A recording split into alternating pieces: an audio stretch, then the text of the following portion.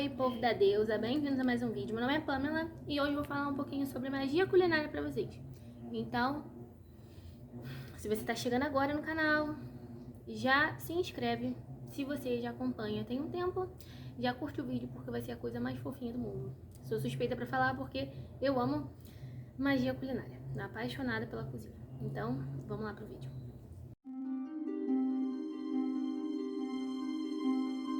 Quando eu falo pra vocês que algumas coisas ainda estão muito enraizadas, também sobre esses assuntos, esses temas que eu estou falando. O que eu tô querendo dizer com isso? Eu conheço pessoas que se dizem praticantes, né, de alguma vertente da bruxaria, e são pessoas que têm problemas para lidar com a opinião alheia.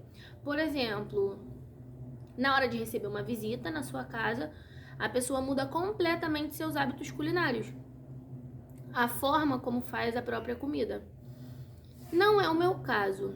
Esse negócio de que aqui no Rio de Janeiro, pelo menos, as pessoas dizem que tu vai comer comida da macumbeira, cuidado, hein, que tem feitiço. No meu caso, realmente tem. Todas as minhas comidas são encantadas, todas.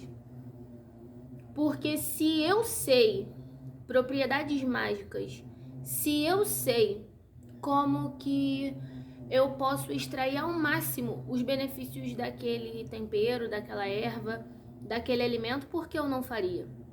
E sim, a base da magia, a base da bruxaria é o encantamento. A bruxaria, ela é o ofício do desejo. E quando a gente deseja alguma coisa, a gente pede. É basicamente por aí que funciona o encantamento, principalmente dentro do druidismo.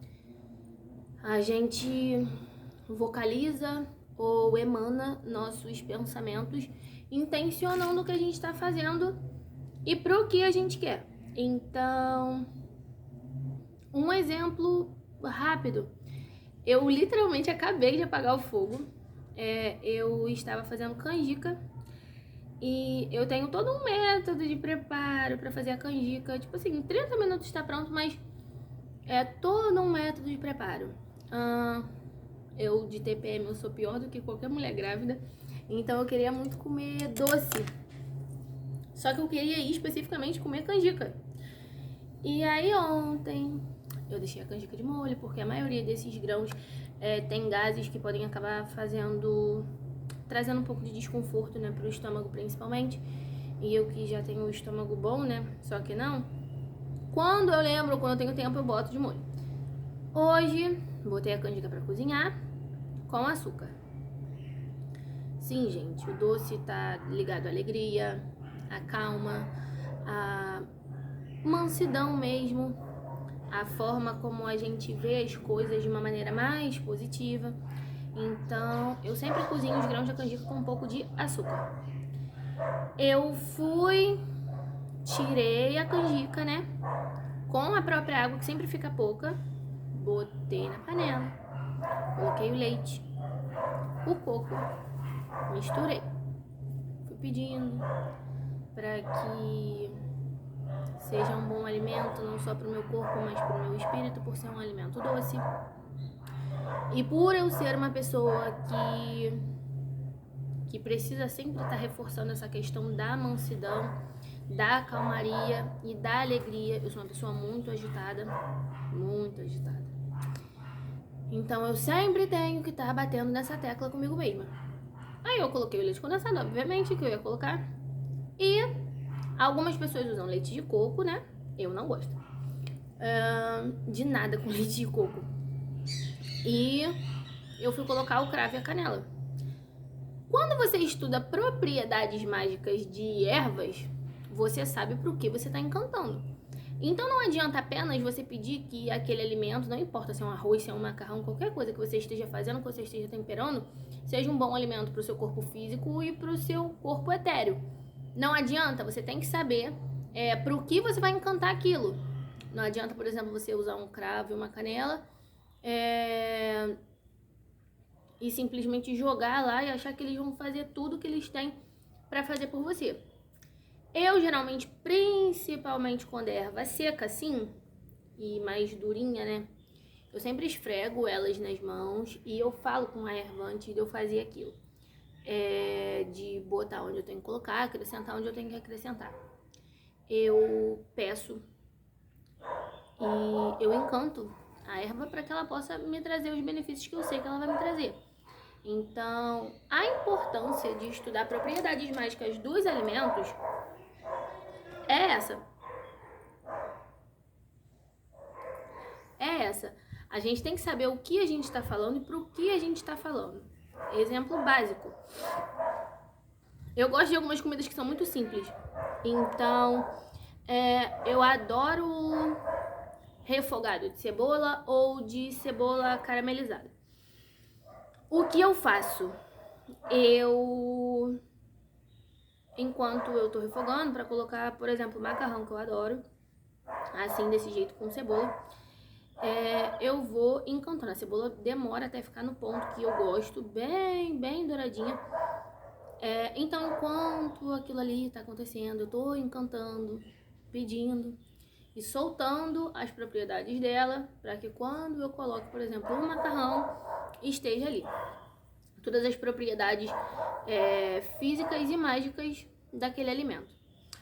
Isso é coisa de filme. É aí onde vocês se enganam. Eu já disse sobre essas questões estarem muito enraizadas. Algumas pessoas tratam o encantamento de alimentos como se fosse alguma coisa muito utópica, muito fantasiosa, uma coisa muito hollywoodiana. Só que esse é um dos maiores erros de vocês. Um dos maiores erros. Porque sim, a maioria das pessoas que praticam alguma vertente da bruxaria tem essa dificuldade de não ligar para o que as pessoas de fora vão achar do que você está fazendo. Então eu vejo muitas pessoas que se dizem bruxas, que se dizem bruxos, inseguros, acuados sobre as suas próprias práticas. Isso é uma coisa muito ruim. Para a prática se tornar algo muito mais benéfico, o ideal é que você pratique aquilo com o maior prazer que possa existir na sua vida. Então, muitas pessoas vão agir de uma forma... Eu só acho que eu já sujei a minha saia toda de leite condensado. Muito bom, né? Que a pessoa se suje igual criança para fazer comida. Tudo relacionado às suas práticas tem que ser prazeroso para você. Você não pode fazer isso com pesar, com receio. Você tem que ter segurança. Você tem que saber o que você está fazendo.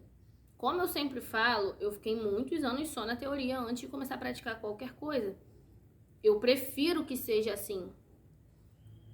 Pessoas novas, na maioria das práticas, com muita vontade, elas têm uma tendência muito grande a fazer besteira. E não são todos os campos que são permitidos certos tipos de erro. Algumas vezes isso pode acabar gerando, né, situações perigosas para quem está praticando, para quem está aprendendo. Então, toda vez que você faz um arroz você encanta? Sim, gente, eu uso alho. O alho tem inúmeras propriedades, inclusive propriedades anti-inflamatórias. Entendeu? Ajuda na imunidade, ajuda a combater algumas bactérias.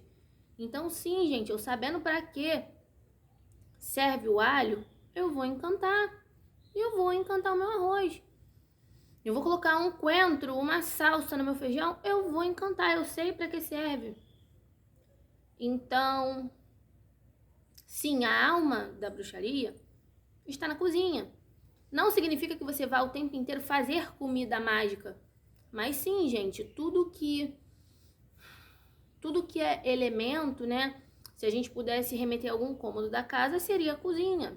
Mel, azeite, farinha, leite, são coisas que guardamos na cozinha. Então, além do encantamento ser o principal ingrediente da magia, né? Porque senão você só tá misturando coisas. Além do encantamento ser o elemento principal, a alma da cozinha está a alma da bruxaria está na cozinha. Então, vocês têm que estudar elementação. Vocês têm que saber para que aquela erva serve. Vocês têm que saber que existe um abismo muito grande entre o chá e a infusão. Vocês têm que saber que existe uma grande diferença entre você dar um copo de água para uma pessoa que você ama quando você está de bom humor e quando você está com muita raiva. A água tem memória, gente. Vocês têm que tomar cuidado. Vocês têm que tomar cuidado. Muitas pessoas sofrem de coisas diárias, de erros diários, de práticas mágicas e elas não se dão conta disso. Ah, tudo é magia agora. Tudo é bruxaria, tudo é macumba. Sim, gente. Sim. Eu estava explicando para as minhas filhas hoje cedo. As pessoas têm um hábito péssimo de achar que existe a vida pessoal e a vida religiosa. E aí, quando você se dedica muito a essa, falta para essa. E a recíproca é verdadeira. Na realidade, existe um equilíbrio de tudo. Principalmente pessoas que fazem parte de filosofias de vida e de religiões que alteram tanto o nosso estado de espírito e afetam tanto na nossa evolução espiritual. O que a gente aprende a todo momento, a gente aplica a todo momento. A todo tempo nós somos influenciados por tudo, elementos da natureza, as forças da natureza, que são onde os deuses atuam. Então, não tem como você levar isso separado.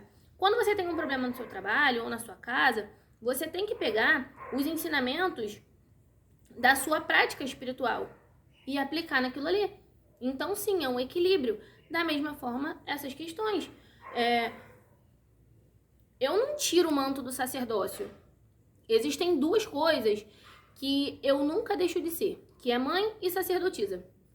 A Pamela tá perdida lá no fundo dessas duas. Eu nunca deixo de ser mãe e nunca deixo de ser sacerdotisa. A gente não tira o manto do sacerdócio nem pra dormir. Às vezes as pessoas acham que estão conversando com a Pamela, mas não. É a senhora dos bosques. E assim funciona toda a prática. Principalmente no que diz respeito ao que eu pratico, ao que eu já exerço um sacerdócio, que é o druidismo. A gente não espera ter tempo, a gente inclui a nossa prática no nosso dia a dia. E uma das formas mais rápidas e eficazes de incluir a sua prática na sua rotina é, por exemplo, a cozinha. Eu estou falando especificamente do druidismo, mas isso se aplica a várias outras práticas. Sempre vai ter uma divindade específica para alguma coisa. Então, no meu caso, eu não peço exatamente para um deus. Eu encanto os elementos que eu uso para cozinhar. Mas, em algumas práticas, existem deuses que são relacionados à comida, à bebida, aos grãos, né, secos e por aí vai. Então, gente, tem que estudar. Não existe bruxaria sem conhecimento. Não existe, a grande realidade é essa. Você pode ser uma pessoa muito sensível espiritualmente falando, mas não adianta. De que adianta você ter a sensibilidade espiritual para se comunicar, por exemplo, muito fácil com entidades, deuses e por aí vai, e você não saber o porquê eles te passam certos tipos de coisa. Exemplo. Se hoje eu tivesse uma comunicação espiritual do jeito que eu tenho, com Morrigan, na época que eu comecei a estudar, e ela me passasse, por exemplo, a bebida da vida, e eu não soubesse para que serve um leite e o que vai dentro daquilo, o que representa o leite dentro do druidismo, ia ser só mais um leite com alguma coisa que eu ia estar fazendo. Então é muito importante que vocês estudem e que vocês arrumem uma forma de sempre extrair o máximo do que vocês praticam. Bom, eu espero que vocês tenham conseguido entender. Se vocês gostaram do vídeo, curte, tá? Se não gostaram também, dá aquele negócio, fala que não gostou, não importa. Mas se vocês querem formas de preparo, por exemplo, de comidas mágicas, eu posso tentar fazer um esforço para gravar para vocês quando eu estiver cozinhando. Então é isso, gente. Beijinho e até o próximo vídeo.